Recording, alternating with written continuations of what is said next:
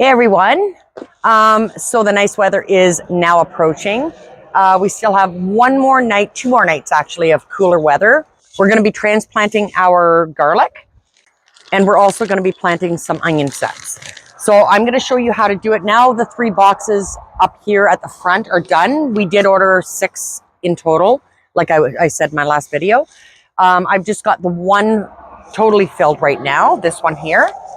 And we are going to do this one with the onions and the garlic together. So I'm going to show you exactly how I do the garlic and how I do the onions. There's a couple different ways that you can do the onions depending on whether you want the big onions or you want them just to be a little bit smaller. There's spacing, and I'll show you the depth that I do. But transplanting garlic, there's a couple of important things to do when you're transplanting your garlic. The garlic, as you can see, is coming very well. If you watch the video when I transplanted this was just Ontario grown garlic that I got from the grocery store. And it was starting to sprout, so I thought I would transplant it, and it's doing fantastic. Absolutely fantastic. So let's get right to it, and I'll show you what I'm going to do. So first of all, in this, the last video that I did, I showed you the boxes that we were having made. These 3 here, I've left raw. I'm going to show you them after. We put casters on the bottoms. We've lined them with landscape fabric and put drainage holes through at the bottom. You can go back and look at that video if you want.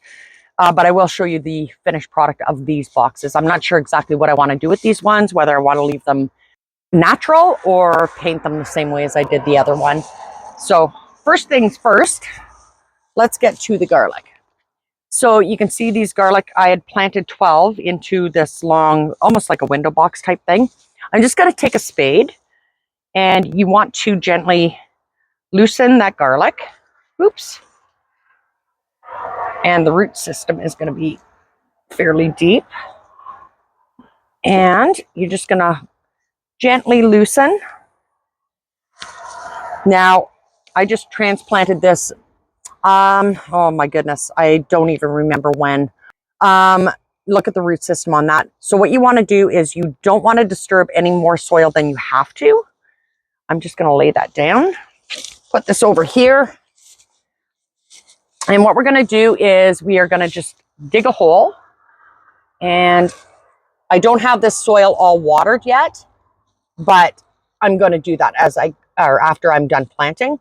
What you want to do is put your garlic down, but you don't want to cover it any more than it was covered when you first pulled it out. So we're going to do 1. And then we're going to do, I'm going to say, maybe we'll do 4 in each row. This is a 2-foot box, so I'm going to do 4 in each row. And transplant. It's as simple as that. Once I'm done, 4, 8, 12. Yeah, I think I'm going to do 4 in each one. Once I'm done doing this, I will show you the end product, and then we'll give it a good water. So we will be right back, and I'm going to continue doing that. So there we go. We have all 12 planted. And what you're going to do, I did about in between it's going to be, I don't know, I'm going to say 6 inches apart. And the rows as well. So we have 12 garlic planted, 4 in each row. And this is, like I said, it's a 2-foot box.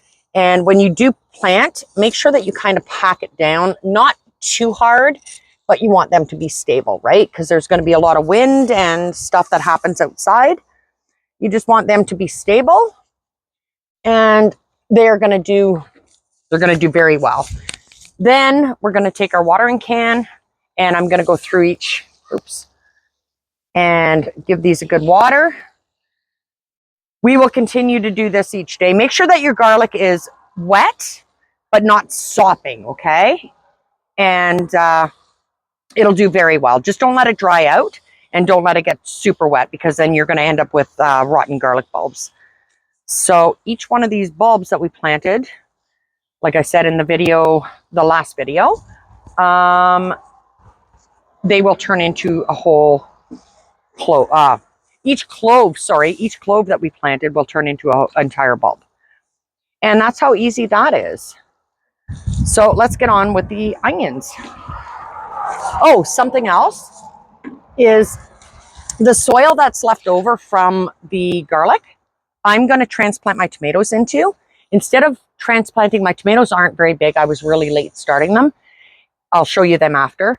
But instead of transplanting them into individual like 4-inch pots before I transplant into the beds or into individual pots, into big pots, containers, I'm going to transplant them into here and they will start thriving like that. They've been hardening off, my peppers as well, but we'll get into that later on. Let's get into the onions and then we'll get into that kind of stuff. All right, so I hope you can see this good enough. So right in beside the garlic, we're going to start transplanting, or we're going to start planting our onions. When you have your onion bulb, like your onion sets, you have like the stem part and then you have the root part. So the root part looks like that. And then the stem part like this. A lot of times there will be a little tiny bit of hairy root on there and on the root stem. And then a lot of times there will be, I'm going to show you this one. So there's a little tiny bit of hairy root on there and it's kind of breaking off. But then you'll have at the stem part, you'll have some sprout already starting.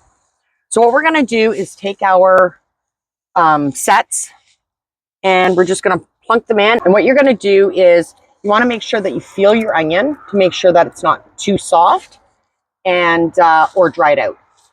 If they are, toss them aside. So you're going to take this and you're going to plant it down about, I don't know, 1.5 inches, say. And you can leave that little sprout up. If you want them to grow into big full-size onions, I would plant them 3 to 4 inches apart on all sides. Okay, so spacing 3 to 4 inches apart, and in between each plant, 3 to 4 inches apart. If you want to use them as like a green onion or a smaller onion or cutting onion, then you can plant them in between 1.5 inches, 2 inches. 2 inches is good. So I'm going to do these ones. We probably won't eat them at full stage. We will probably eat some like that, but I'm going to plant them a little bit closer. And when I'm harvesting, I'm going to harvest the ones in between, and then that'll give the other ones more space to grow. So again, I'm going to take that, plunk it down, cover, and you just continue doing that. And actually, another good thing to do is when you're doing this, don't cover them up entirely so that you can see your exact spacing. I'm going a little bit more than 2 inches, but that's all right. So I'm just going to continue doing this, doing my rows, and I'll show you what we're at when we get there. Okay, so I'm hoping you can see this. I'm just going to move you over a little bit. And you can see how I've got the onions planted. And we have 60 of them actually in total. Dwayne and I eat a lot of onions, and I think I'm going to be planting another bed of these. But for now, this is going to be it. My dad brought me these over these onion sets, and I'm going to plant these for now. You can pick them up anywhere at your local garden center, grocery stores as well, and they're very inexpensive. And you just plant your own. So we put them down. You just kind of put, you don't have to, if you've got nice loose soil, you want to make sure your soil is loose. And you're just going to cover them, and you're just going to pack them a little tiny bit. You don't want to pack them hard, but you want to make sure that they're secure into that soil so they don't get washed away whenever it rains or whatever, or you're watering. That's all I'm going to do. And then we are going to, you might have a couple stems sticking out, which is no big deal. Some of the stems are a little bit longer, and they're all going to take. And like I said, with this, with cool weather, we're going to be down to -1 tomorrow night, and it's going to feel like -6, but I don't have to worry about covering these or anything. Where my other plants I'm bringing in all the time. So I'm just going to do this, give them another water. And I'm running out of water, so I'm going to have to go in and get more, but you don't have to see that anyhow. You all know how to water. Give them a good soak. And that's that. Let's go over to my other plants. So here are the plants that we have planted. These are the seedlings that are going to have to go into pots and into the raised beds. We have our peppers. We have 4 different varieties of peppers here. There's one tray here and a part tray over there. 4 different varieties of them. You can go back in the videos and see which ones we did. I can't remember exactly what they are. And I want to make this video fairly quick. We have our celery, which is going to go into the beds, but it's still a little bit too early. Some of these peppers, so the peppers I've been hardening off, which means that you bring them out and you let them get established to the weather, the current climate that we have right now. So which right now it's windy, it can be cool sometimes. We're in Northern Ontario and we get a lot of sun at the front, but you can see this leaf is I kind of think that this one got a little bit of frost. I did cover them one night. It was down to 5 degrees Celsius and I did cover them, but I think my covering was touching, which is a no-no. Make sure that your covering is not touching. Make sure that your covering is not plastic. Mine was the landscape fabric, which was fine, but it still was touching. So you want to make sure that doesn't happen. You can see that they're all starting to bud out now, and more so other ones than these ones. We have our celery, which is going to go in very soon. Celery is a cooler crop as well, but it's still a little bit too cold. Tomorrow night, like I said, it's going to feel like -6. It's going to be -1, the actual temperature. That's a little bit too cool, even with covering. Just in case, I'm going to keep it indoors. We just bring these in and out each day if it's going to be any colder than 5 degrees Celsius. And you can see these peppers are starting to really flower and they're starting to pepper up, which is exciting. And then over here, I have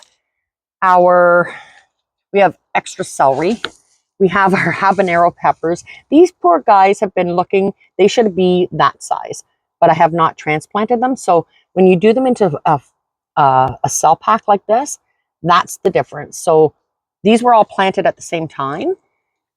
These I did not transplant into the 4-inch pots, which I should have. That's fine. I'll deal with that later on, but they should be this size. So that was my own fault. My celery as well. This celery was planted at the same time as the celery down there.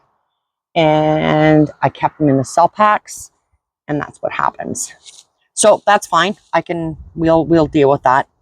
We have some sugar baby watermelon, which are going to go out very soon. They're starting to get leggy, but that's okay. Our basil. We have lavender.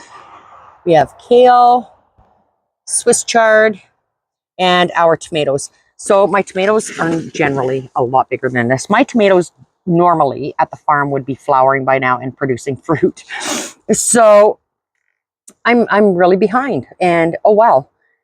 These I'm going to do into this pot that we just took the garlic out of. I'm going to transplant them. That's going to be tomorrow's video. Actually, no, it won't be tomorrow's video because I have to go down south tomorrow. So it's going to be Wednesday's video. And I will show you exactly how I'm going to do that instead of putting them into the individual pots, and then they will go into their forever homes. So these are the boxes that we are going to be putting some of the produce into. I can put a couple higher ones here because we don't have a window. We have a window there, and we have a window there. So these are going to be shorter crops. The garlic and the onions, I don't think that'll be anything too bad. If they are on casters, so I can move these. I'll just show you how easy this is. I can just roll these around and they're so perfect. I don't have to bend down. I did that for years, bending down, weeding gardens, and I don't have to do that anymore. So my dilemma is right now, I'm not sure if I should leave these the natural. Like I'm going to put a preservative on them, stain or something, but I do like this natural bark look on them, where the other one I did do more like a gray wash. And yeah, I kind of love them like this, so I think I may just leave them the natural. And we're going to do some lettuces, and then I've got over here around past our little oasis that we absolutely love. We have this box. I had all 6 up here, but we got rid of the 2 that were beside this one. For now, they're all down on the ground, and I'm going to do some things that the deer won't get. We can get into that after as well. So here's the one that I did stain, and it's on casters as well. I do love the look of that. It's not the raw edge one like the front ones, which is fine. And then let's go down here.